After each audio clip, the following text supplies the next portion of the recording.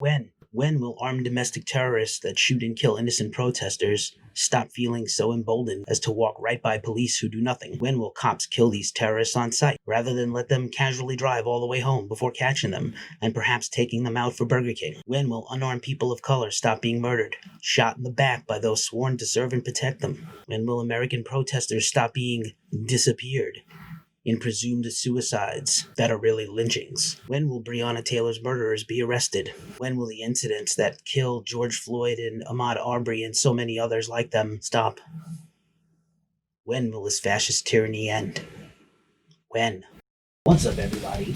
It's Keefe, and you're watching the Weekly Ritual, Ghost Cult's news program on YouTube. Let's get started. We begin this week with a heavy heart as we bring you the news that you've no doubt heard by now that has swept the music community as Riley Gale of Power Trip has passed away at age 34. As of yet, there's no cause of death revealed. The news was broken by his family and bandmates on social media. This news has absolutely devastated the entire musical community with a complete outpouring of support and sympathy from virtually every band and every walk of music. We got to meet Riley and interview him in the past, and we covered Power Trip's ascent to the top of the new metal throne heavily. And we have heavy hearts, as we will miss you, Riley, and we will never forget you. Another rock legend that passed over the Rainbow Bridge to Valhalla last week was Frankie Banali of Quiet Riot, who passed away at the age of 68. He succumbed to his multi-year battle with late-stage stomach cancer, and he fought valiantly, updating fans as much as he could on social media with his progress and what he was going through. Frankie was beloved. He even made an appearance this year at the Ronnie James Dio 10th anniversary Stand Up and Shout for Cancer Gala, where he spoke. He often said that this cancer was going to take his life, and unfortunately, he was right.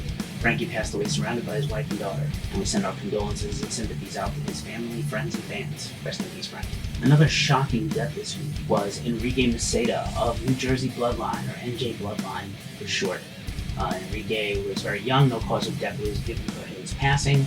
Bloodline, of course, was a long-running hardcore band from 1992 to 2002, and then made a comeback in recent years, mostly within the last decade, performing again and touring.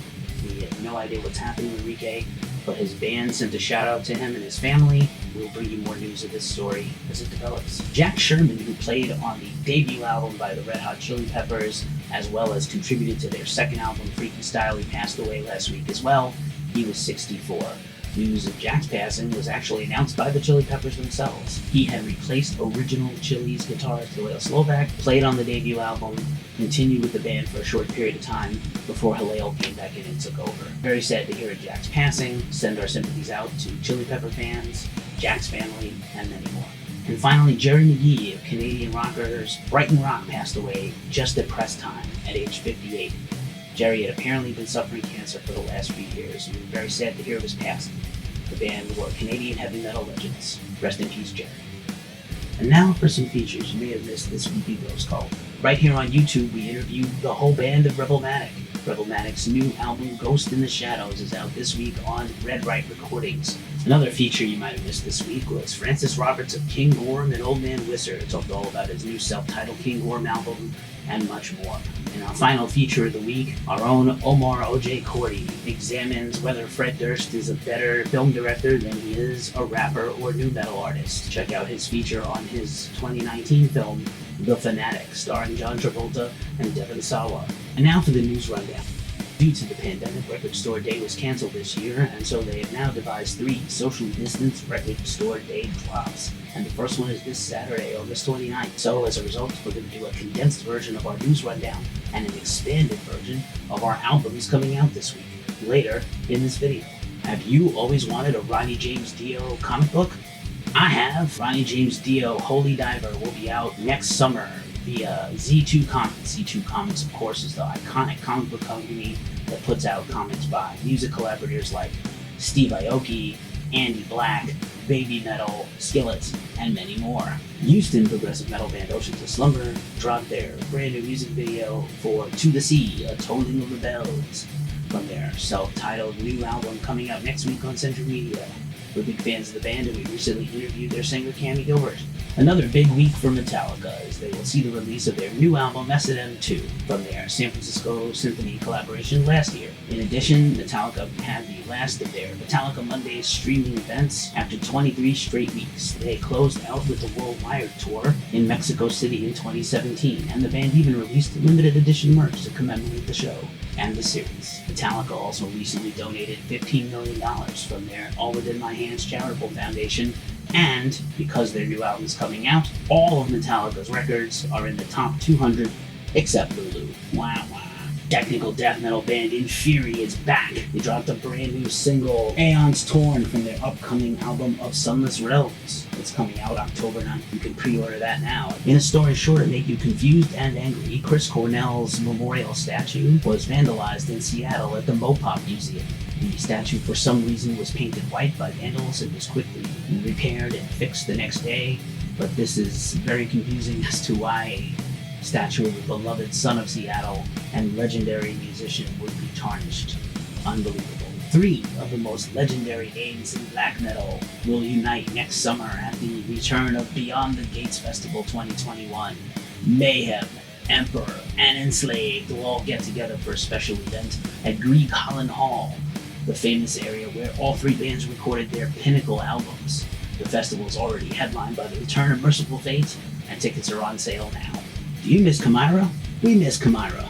Rob Arnold has been killing it on his YouTube channel with his series What You Love, and recently Rob did a behind-the-scenes watch-along video and reaction to never-before-seen footage of Chimera in the studio recording their acclaimed album Resurrection. Chimera, we miss you, and we wish you would come back. Most anticipated movie of 2021 is sure to be The Batman, directed by Matt Reeves and starring Robert Pattinson and Zoe Kravitz. But what you didn't know is the first trailer dropped, and not only is it amazing, it features an awesome Nirvana song, Something in the Way, which is the final track on their breakout album Nevermind. And finally in the news, Iron Maiden will release their debut album on a limited edition exclusive vinyl on their label Parliva. If you like videos like this, please make sure to like and subscribe to Ghost Cult with the notification bell below and get told every time we release new content, at least 3 videos every week. And now for a quick look at who rules at streaming. All the bands entertaining us with cool covers and videos across all their social platforms, keeping us entertained so we don't lose our frickin' minds.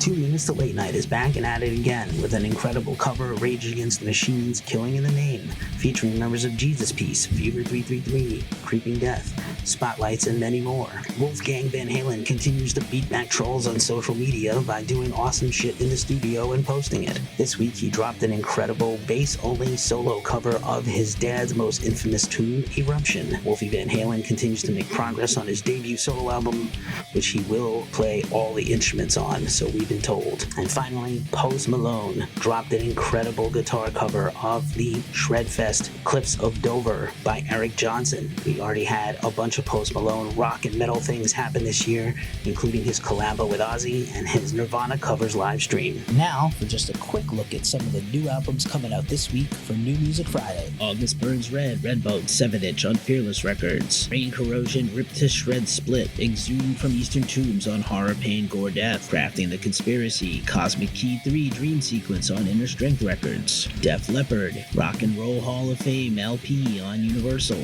Denzel Curry, Bulls on Parade 7-inch on Loma Vista Recordings. Entombed, Clandestine, Live Double LP. Forced Convergence by Entropy. Exist, Egoista on Prosthetic Records. Fight, A Small Deadly Space LP. From Ashes to New.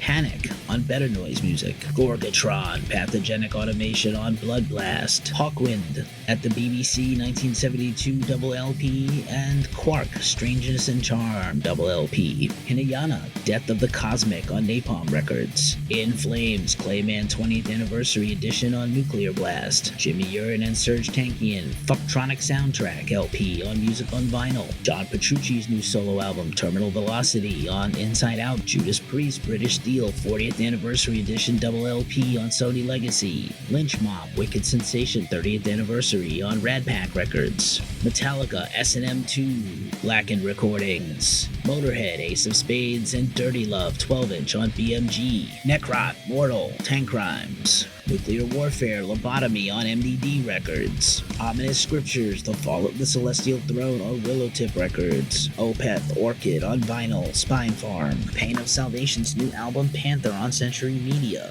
Pig Destroyer, The Octagonal Stairway EP on Relapse Records. Pink Floyd, Arnold Lane Live 2007 7-inch on Sony Legacy. Powerman 5000, The Noble Rot on Cleopatra Records. Radiant Knife, The Body EP. Refused, Not Fit for Broadcast, live at the BBC 12-inch on Spine Farm Records. Seether, Si Vis Pacem Parabellum on Fantasy Recordings. Shattered Sun, Bled for You on Hammer Forge Records. Sludge, Born of Slime on Willowtip. Pin Bonus, Late Night Laments on Inside Out Music. The Atomic Bitchwax, Scorpio on New York's own TP Records. The Black Crows, Jealous Again 12-inch on Universal. The Devil's Train, The Call of the Iron Peak on Season of Mist. Allverse new record, Flowers of Evil, House of Mythology. Venomous Concept, Politics vs. the Erection on Season of Mist. And the soundtrack to Bill and Ted 3, Bill and Ted Face the Music. And now it's time for the mailbag. Records we're spinning, stuff we got in the mail, cool things we're entertaining ourselves with in this dumpster fire time of life.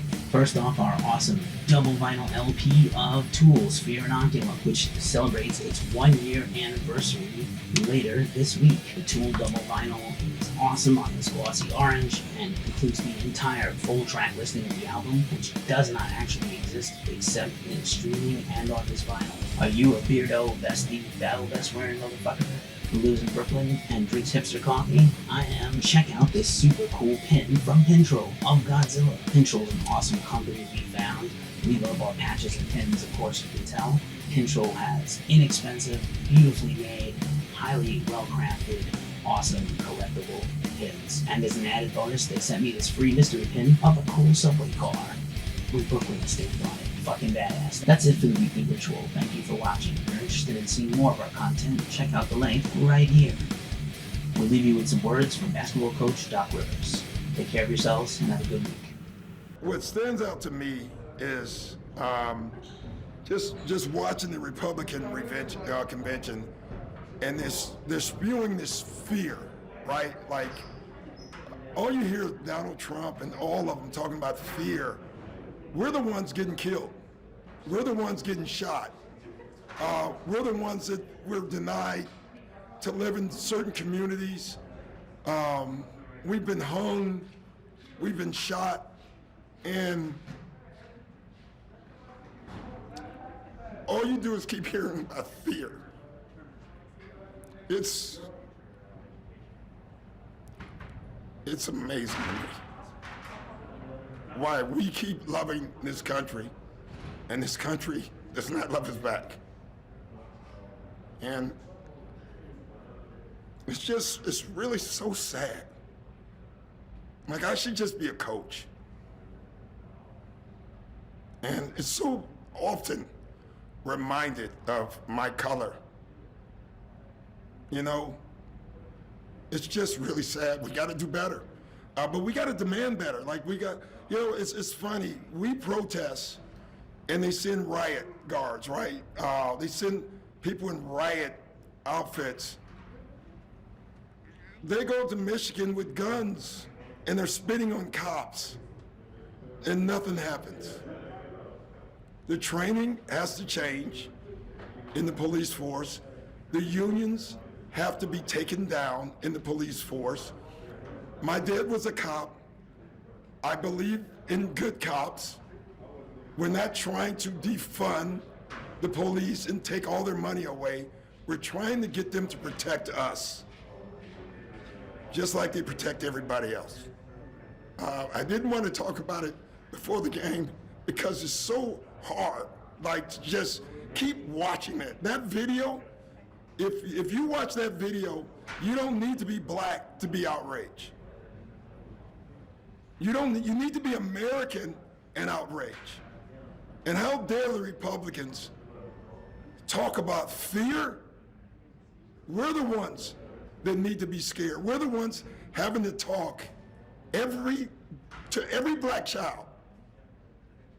What white father has to give his son a talk about being careful if you get pulled over. It's just ridiculous. And it just keeps going. There's no charges. Breonna Taylor, no charges, nothing. All we're asking is you live up to the Constitution. That's all we're asking for everybody, for everyone.